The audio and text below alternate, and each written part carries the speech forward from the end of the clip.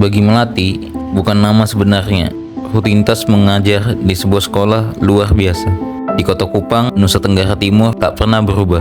Kesabaran dan ketelatenan tetap ia curahkan untuk anak-anak berkebutuhan khusus. Namun di luar kelas, hidupnya berubah drastis. Sejak Januari 2026, Melati belum menerima gaji sebagai pegawai pemerintah dengan perjanjian kerja atau PPK paruh waktu. Untuk bertahan hidup, ia menyambi menjadi kurir ojek online bersama suaminya.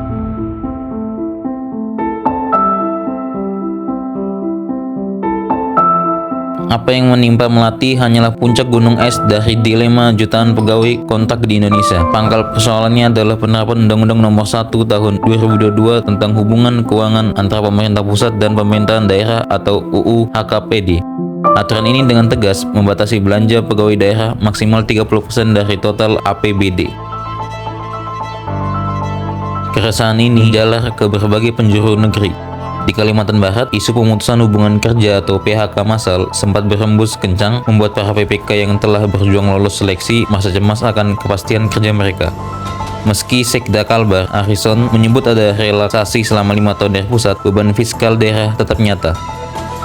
Di Sulawesi Selatan, porsi belanja pegawai juga sudah menembus 32%. Gubernur Sulsel Andi Sudirman Sulaiman dengan lantang menyuarakan agar pemerintah pusat ikut ambil bagian. Menurutnya, karena status P3K setara dengan PNS, sudah semestinya gaji pokok dan tunjangan mereka dibayar langsung Jakarta Pusat melalui APBN.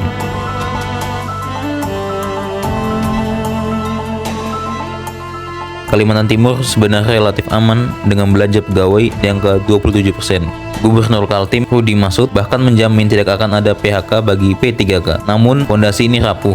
APBD Kaltim tahun 2026 merosot tajam hingga 6 triliun akibat pemangkasan dana bagi hasil atau DBH dan transfer ke daerah oleh pusat.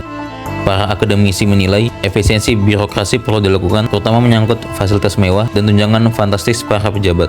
Namun, pemotongan dana transfer pusat justru berisiko memukul sektor pelayanan publik seperti guru dan tenaga kesehatan. Muncul pula spekulasi di kalangan pengamat bahwa pengurangan dana ke daerah ini tak lepas dari beban APBN yang tersedot untuk mendanai program strategis pusat lainnya. Menanggapi polemik ini, Menteri Dalam Negeri Tito Karnavian meminta para kepala daerah tidak mengambil jalan pintas dengan merumahkan pegawai. Tito menuntut kreativitas para pemimpin daerah untuk menggenjot pendapatan asli daerah atau PAD dan memangkas anggaran operasional dinas yang tidak penting. UU HKPD adalah ujian nyata bagi tata kelola keuangan daerah.